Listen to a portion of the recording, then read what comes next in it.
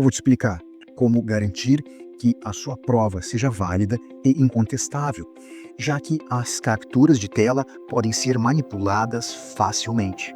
Fica até o final porque eu ainda vou dar dicas a respeito da juntada de áudio e sobre o melhor procedimento ao se deparar com capturas de tela num processo judicial.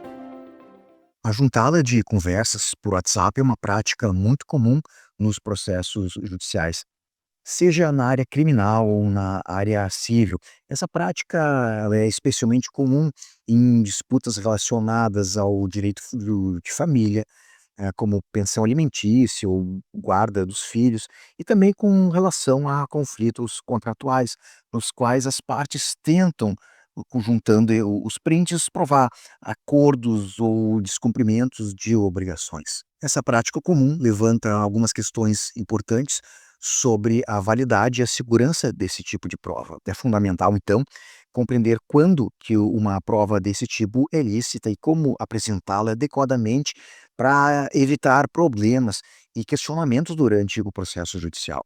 Em primeiro lugar, eu esclareço que se trata de uma prova válida. O Código de Processo Civil, ele permite a produção de todo tipo de prova, incluindo, portanto, essas provas obtidas por meios eletrônicos. Mas a lei não admite a prova ilícita. Então, se a conversa juntada no processo aí se deu entre as partes, está tudo bem, está tudo certo, pode usar. Agora, caso se trate de conversa de terceiros, essa prova ela pode ser considerada ilícita e no mínimo vai poder ali inviabilizar o uso dessa prova no processo. Pelo que eu tenho observado, é comum que as partes apresentem capturas simples de tela dessas conversas. Na prática, essa estratégia muitas vezes passa despercebida e não tem qualquer impugnação da outra parte a respeito dessa prova. E se não tem a impugnação, o documento é considerado autêntico, conforme o artigo 411 do Código de Processo Civil. Normalmente, quando todas as partes estão de boa fé, não costuma ter controvérsia sobre o conteúdo dessas mensagens que são apresentadas, já que ambas reconhecem a sua veracidade. As divergências, elas acontecem, elas dizem respeito à interpretação do que foi dito em relação a outras questões de fato de direito, como o contexto da conversa ou a própria intenção das partes.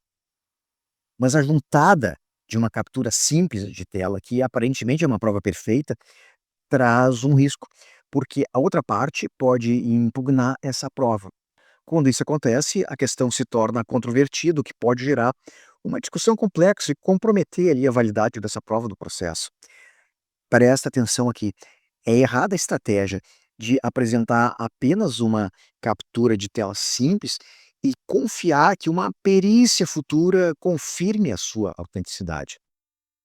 Isso acontece porque o print de tela ele é essencialmente apenas uma imagem, sem outras informações que atestem a sua origem, ou seja, sem metadados. Os metadados são informações que ficam aí meio escondidas nos arquivos digitais e que registram detalhes como a data, a hora, o local e até mesmo o dispositivo que foi usado. Nada disso está numa captura de tela. Então, sem esses elementos, a perícia vai ser muito limitada, porque o perito não vai ter informações suficientes para verificar se aquela conversa foi manipulada ou mesmo criada do zero. Eu vejo que tem advogados dizendo que para economizar tempo e dinheiro, eles estão ensinando a juntar uma captura simples de tela e caso haja impugnação, que daí então apresentem ao juiz o celular.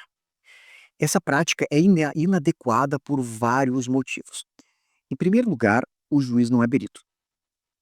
Ele não tem o conhecimento necessário para verificar a veracidade do conteúdo.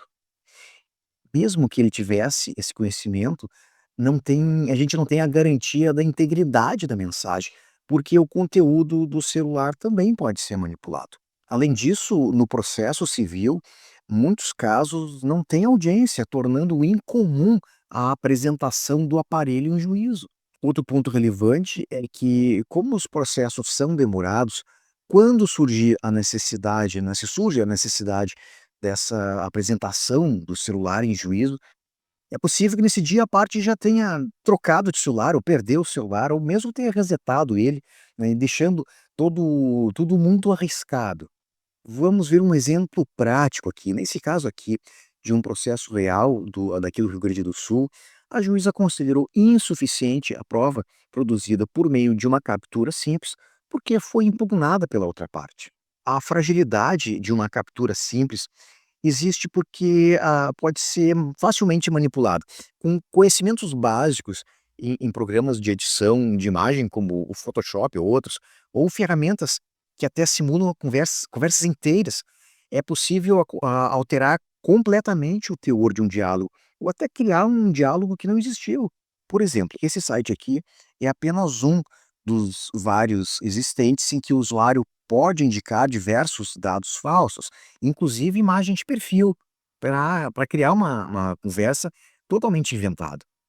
Muitas vezes um olhar mais atento já é suficiente para a gente ver ali que é uma imagem falsa, mas provavelmente existem ou ainda vão existir alguns outros sites que são capazes de criar com perfeição uma conversa. Então, para garantir a segurança e a confiabilidade na apresentação de conversas de WhatsApp como prova, eu recomendo o uso de uma ata notarial ou de sistemas especializados como o Verifact. A ata notarial é um instrumento público produzido pelo tabelião que vai atestar a existência e o conteúdo de uma conversa, conferindo então essa presunção de veracidade. A ata notarial ela é prevista no artigo 384 do Código de Processo Civil. Já o Verifact é uma ferramenta, obviamente, que não está prevista expressamente em lei, mas tem sido amplamente aceita e citada na jurisprudência. E essa ferramenta se destaca pela facilidade e segurança na coleta das provas digitais. Eu não estou sendo patrocinado por essa empresa, eu só estou falando dessa ferramenta porque é a que eu conheço mais, mas existem outras, podem procurar aí. Essa ferramenta, então, ela, além de ela registrar a conversa na íntegra, ela também coleta aqueles metadados importantes que eu mencionei antes, data, hora e outras informações ali do aparelho.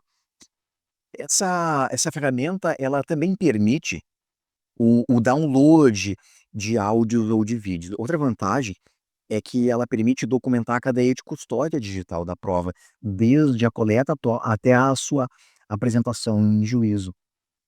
Assim fica assegurado que a integridade da prova foi preservada conforme as diretrizes da norma técnica ISO 27037, que é uma norma internacional que define ali os padrões técnicos para identificar e coletar e preservar essas provas digitais. Somente assim é que garantimos a autenticidade e a integridade da prova.